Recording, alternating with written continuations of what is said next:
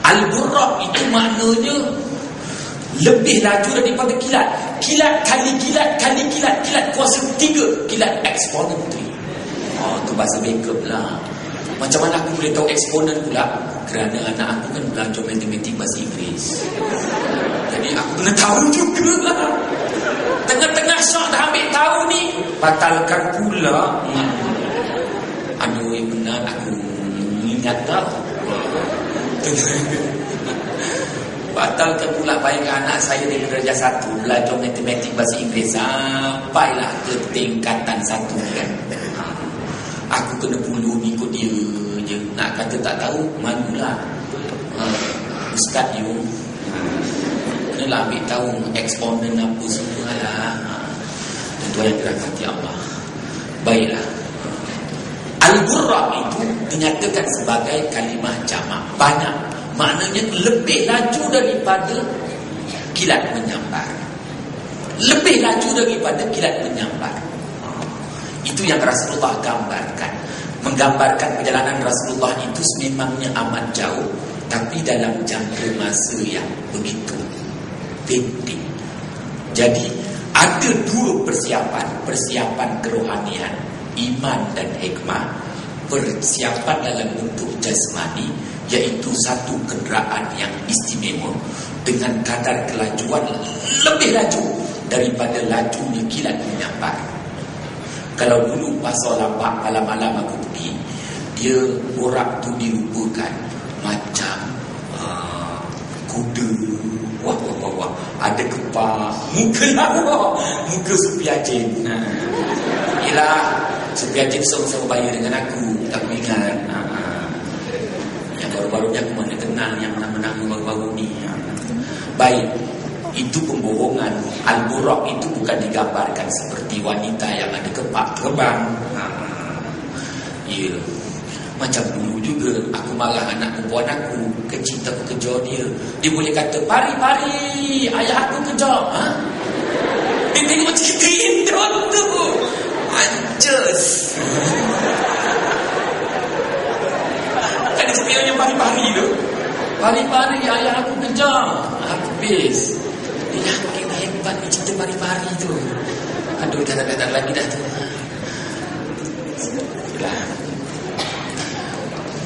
Kalau sebut 18 kes yang saya nak nyatakan di sini, banyak yang Rasulullah SAW lihat.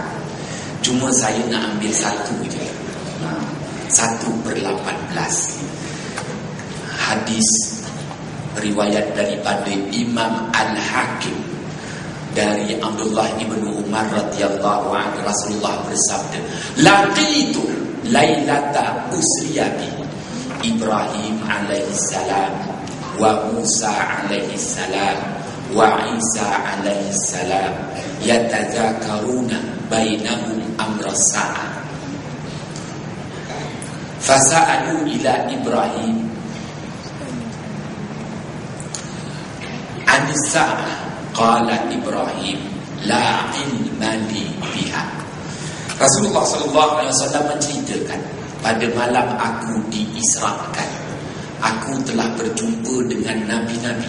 Hadis ini menyatakan Rasulullah jumpa nabi-nabi dan rasul-rasul di Al-Masjidil Aqsa secara live. Jangan persoalkan roh nabi ke, jasad nabi ke.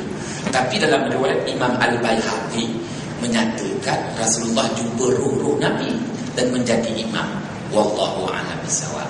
Hadis riwayat daripada Imam Al-Hakim ini menyatakan Rasulullah menjadi imam, bersembahyang bersama dengan nabi-nabi dan rasul-rasul yang pada malam itu diberi peluang untuk berhimpun di Al-Masjidil Aqsa.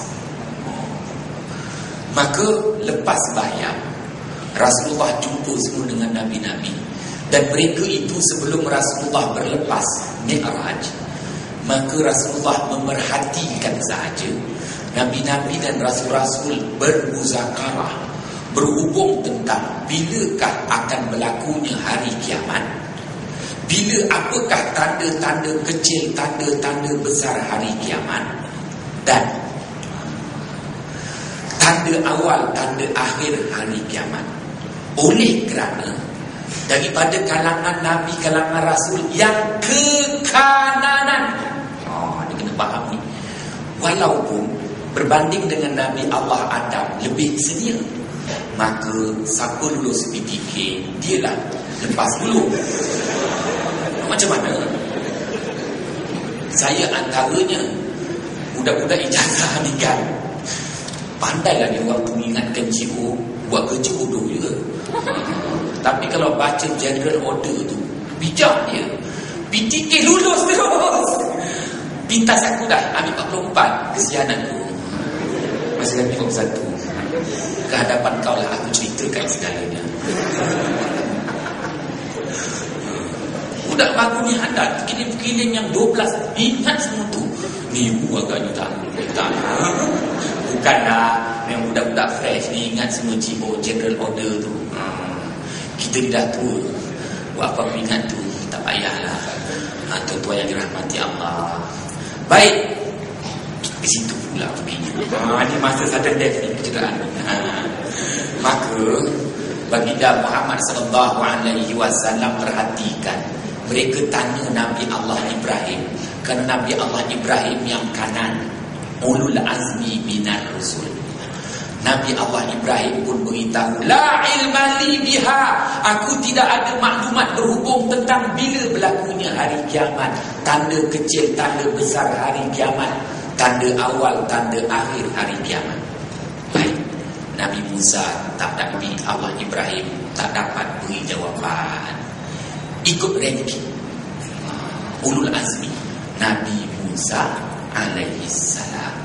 Tanya dengan Nabi Musa alaihissalam pun menjawab, la ilma li biha, aku pun tidak ada maklumat berhubung tentang bilakah berlakunya hari kiamat, tanda kecil, tanda besar, tanda awal, tanda akhir hari kiamat. Akhirnya mereka tanya dengan Nabi Isa, kerana Nabi Isa Nabi yang latest pada ketika itu. Habis Nabi Muhammad masih lagi diberi amanah tugas sebagai seorang rasul. Maka mereka bertanya dengan Nabi Isa. Nabi Isa alaihissalam pun menjawab sebagaimana yang Rasulullah sabdakan, la ya'lamu ahadun illallah wa qad uhida ilayya rabbi anna dajjala kharijun wa anna ya'juja wa ma'juja kharijun. Menangis Rasulullah mendengar jawaban Nabi Allah Isa. Nabi Allah Isa menyatakan, tak siapa pun yang tahu bilakah berlakunya hari kiamat. Sesungguhnya Tuhanku telah berjanji kepadaku, sebelum kiamat dunia ini akan diporak-perandakan oleh Dajjal, dan dunia ini akan diporak-perandakan oleh tentera-tentera